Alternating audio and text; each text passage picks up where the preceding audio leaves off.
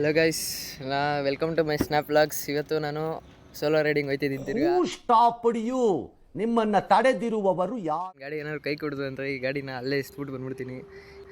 ನನ್ನ ಮೇಲೆ ಆಣೆ ಇಟ್ಟಳು.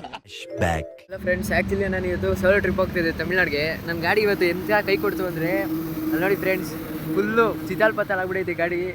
ಇನ್ನು ಮಿಕ್ಕಿದ ಪಾರ್ಟ್ಸ್ ಎಲ್ಲ ರೋಡಲ್ಲಿ ಐತೆ. ಇನ್ನು ಒಂದು ಸೈಲೆನ್ಸರ್ ಮಾತ್ರ ನನ್ನ ಕೈಯಲ್ಲಿ ಐತೆ. ಇಲ್ಲಿ ಇನ್ನೊಂದು ಟ್ಯಾಂಕ್ ಇಲ್ಲ ಐತೆ.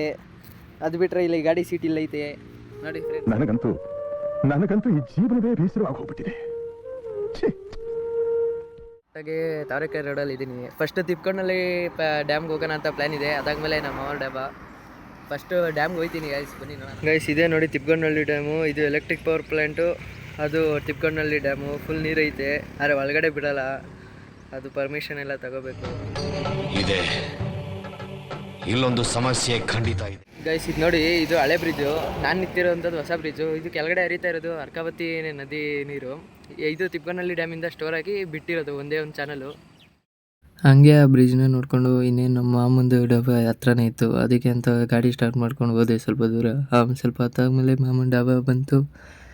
ಇಲ್ಲೇ ಸ್ವಲ್ಪ ಸುತ್ತಾಡಿ ಆಮೇಲೆ ಆ ಡಾಬಾದಲ್ಲಿ ರಾಕಿ ಇತ್ತು. ರಾಕಿ ಹೋಗ್ಬಿಡ್ತೀಯ, ಇದೆಲ್ಲ ಬೇಕಾ ನಿನಗೆ? ತಾವರೆಕೆರೆ ರೋಡಲ್ಲಿ ಹೋಗ್ಬೇಕಾದ್ರೆ ನನಗೆ ಸಡನ್ನಾಗಿ ಕೆರೆ ಕಾಣಿಸ್ತದು. ಹಾಗೆ ಸಂಧಿ ರೋಡಲ್ಲಿ ಪಾಸ್ ಮಾಡ್ಬಿಟ್ಟು ಈ ಕೆರೆ ನೋಡೋಣ ಅಂತ ಬಂದೆ. ಇಲ್ಲಿ ಪಾಪ ಯಾರೋ ಬಿಸಿಲು, ಈ ಬಿಸಿಲಲ್ಲೂ ಮೀನು ಇಟ್ಕೊಂಡು ಕೂತಾರ ತಾತ. ನೀವು ಯಾವೂರವರು?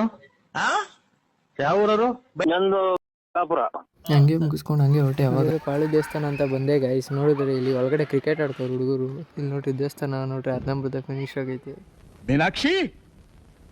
ಮೀನಾಕ್ಷಿ, ಎಂಥ ಒಳ್ಳೆ ಮಕ್ಕಳಿಗೆ ಜನ್ಮ ಕೊಟ್ಟೆ. ಒಂದೊಂದು ಕೊನೆಗೂ ಬ್ಲಾಗ್ ಮುಗೀತು ಗೈಸ್. ಶುಭರಾತ್ರಿ.